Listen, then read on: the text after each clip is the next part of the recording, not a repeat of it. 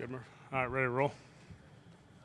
Wrap up Shador's game, and what did you think of his performance? Yeah, started really strong. I think positives-wise, we knew coverage-wise how they play. There was going to be some opportunities to create with your legs when they're matching as much as they do in too high.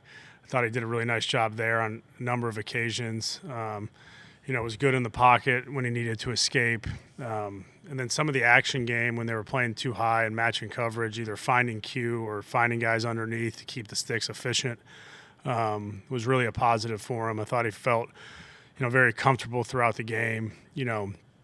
Had a little bit of miscommunication on the first interception, and then just situationally aware on the second one of kind of how they're playing it, and just gain a 0 there is a good play, and let's move on to the next. But thought it was a step in the right direction. There's always, with a young quarterback, every new moment he gets is a new learning opportunity, and we talk about that. We talked about that on Monday, like situationally at the end of the game, and just all those different opportunities to learn and grow from and teach off of, to help all these young guys as they continue to go in their careers. Specifically about the low average depth of target for Shador. I can't hear you. Sorry, I wanted to ask you specifically about the low average depth of target for Shador in that game, because normally we've grown accustomed to seeing him really pushing the ball downfield. But is that a game, like you said, like where you reviewed the film the day after and you're like, okay, we were pleased with the way you handled the coverage that you saw? Buffalo was, I think, first or second in the league in early down passing, like first, second down pass defense. They were first or second in the league, and they put a lot of emphasis on their pass defense. They play a lot of too high coverage. They keep things top down by design. So, you're going to have to pick your spots to get the ball down the field. And, you call plays that the intent is to go down the field, and they play a coverage like we talked about a week ago where they dictate where the ball goes. And I thought his decision-making in those moments was really good and what you want. We had the one at Q that got us down to the 4-yard line. I think it was a gain of 16 when you check it down. We had another one on 2nd and 8 that got us 9 and got us a first down. Like, those are plays that keep you on schedule. We've talked about that all year, getting out of 3rd and long. Those are plays that keep you on schedule and allow us to have success on 3rd down. So, and then there's times throughout the game, there might be a couple of reps here or there where, hey, they're giving us a coverage where we can't attack it. Now let's go attack it. So, pleased with how he made his decisions, pleased with kind of the way they were defending and finding ways to continue to move the sticks that way. You were talking about the first interception, the Q1. Did you say it was more timing than accuracy with Shooter? Yeah, I think just on timing, getting on the same page with how we want the route done versus that specific coverage, and just making sure that those guys, see it the same way to make sure that we are executing in that moment. Obviously, on the field is the best experience. But how much does it benefit Shador going into this game that you guys have already gone over this opponent before? You played a game, and he had to prepare as kind of the backup for that game. How much does that help benefit him going into this start? Yeah, I think it helps. The Steelers are not the same team as they were the first time we played them. Schematically, they're a little bit differently. Personnel-wise, they're a little bit different. Obviously, they have some new faces. They have some guys out. So there are some changes, but it certainly helps to know there's a familiarity with how they play, who their personnel is, how they set their front, the coverage tendencies they have. Like, there's certainly an advantage there for him to feel comfortable going into an opponent that we've prepared for and that we've watched film on for a week and that he's familiar with. Is the schematic differences primarily because of TJ being out? No, I think teams always kind of evolve throughout the year, right? Who you are in the middle of the year, early in the year is probably different than who you are down the stretch. And, they've done a nice job of finding new wrinkles, new complements, matching their wrinkles to who their personnel is. Obviously, Watt's a great player, and you got to account for him. But they have other guys that have been in and out or new guys on the team that, present different challenges.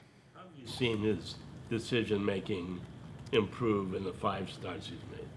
Yeah, I think Sunday was a great example of it, of finding opportunities to, let the play out against the defense that's called by them. I think when you look at a defensive structure and you have a play called, like, so much of the quarterback position is solving the problem and having the answer quickly, and you saw him process that information and get to his answers on time, which allowed us to be efficient. As a coach, how do you navigate maybe like the ebbs and flows, the progression and regression from a rookie? Your focus is so much on their development. Your focus is so much on the process of getting the best out of them every day. You really don't go through the emotional roller coaster. You just focus on the process. You don't focus on the result as much as, all right, are our eyes in the right spot? Are we doing the things that we've been coached to do or asked to do? And if you're doing that, then you're on the right direction, which our guys have done for us. The results haven't always been what we've wanted, but we really try to focus as much on the process as we do on the end result, which, takes a lot of the emotion out of it. You're looking at it through a very specific lens. What are some of the next steps you would like to see him take? He's only got 2 games left, so what are the next steps you would like to see him take specifically against the Steelers, and does he have to worry a lot about the whole batted pass thing this game? Yeah, I just think continue on the right progression that he's on right now. Continue to make good decisions. Continue to focus on the areas that we're asking him to do. Find ways to move the football. Find ways to score points. That's the quarterback's job.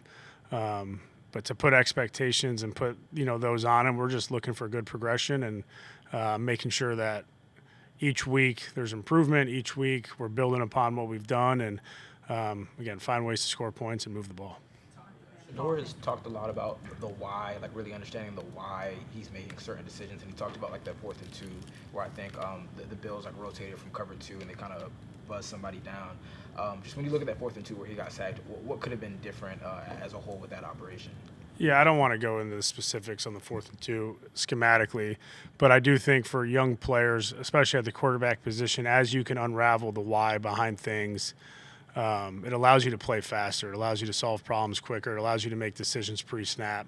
They presented a coverage, and there's a why there, and there's a way for each play that you call of like, hey, how can we simplify our thoughts as much as we can pre-snap so that we can play quickly? And I think that's the why that you're after all the time. And there's going to be times where the picture changes, and there's going to be times where you got to get to 2 or 3, but one of our constant goals in that quarterback room is, okay, if we call a play, this is what we're trying to attack, this is why we're designing it this way, and here's your counter if it doesn't go that way. Especially in the first half there with those long drives, did that feel like as good a rhythm as you guys have been in, even as a play caller? Because it seemed like a lot of stuff was working for you. It felt good, like you're staying efficient, you're staying ahead of the sticks, you have a good balance, run, pass, screen, getting the ball on the perimeter, a good blend in the run game, guys touching the ball. That's the rhythm you want. You can put together those drives. I think the team can feel that, feed off of that. There's been a couple other games or sequences within games where we felt that. We had a really long drive, second drive against the Jets maybe, where it felt that way. We had a really good one earlier in the year, like the start of second half, maybe against Minnesota coming out of that halftime, where you just kind of feel like things are in sequence. The opening drive against Detroit felt that way. I mean, there's specific moments where you just feel like, all right, the rhythm's there, the guys are moving and operating the way we've asked them to. They're doing a nice job on the field. So, we want to build off that. We want to build off the confidence of that. We talk so much about the process and not the result. Those are the things that we talk about, like allow our process to yield those results, allow our process to get us into that rhythm, allow that to build confidence with our players so that they can, this week take another step in the right direction. You look at the Steelers' pass defense. What are some of those kind of areas of emphasis that can help create that rhythm in the pass game for you guys? Yeah, I mean, it starts with our ability to protect, which I thought our protection Sunday was excellent for the majority of the game. There's a lot of times we're in our actions and, we have plenty of time back there.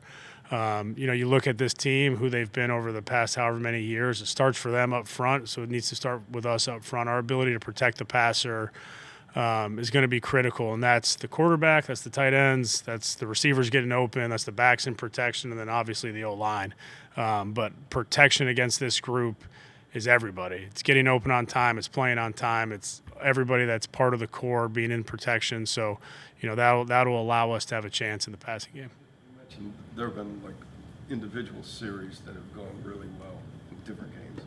What's preventing the offense from putting more of those together in a game? Yeah, I mean, I think within each game you've had moments where you feel like the flow is right where it wants to be. And there's, sometimes series after series it feels that way, and you come up with a field goal instead of a touchdown. And, we just, again, want to look at our process, and then in those critical moments want to execute at the highest level. What do you do? How do you adjust without having coach on? Yeah, we got a good group of guys in that room. We have trust in those players. I thought both Rocket and Trey came in and did a really nice job.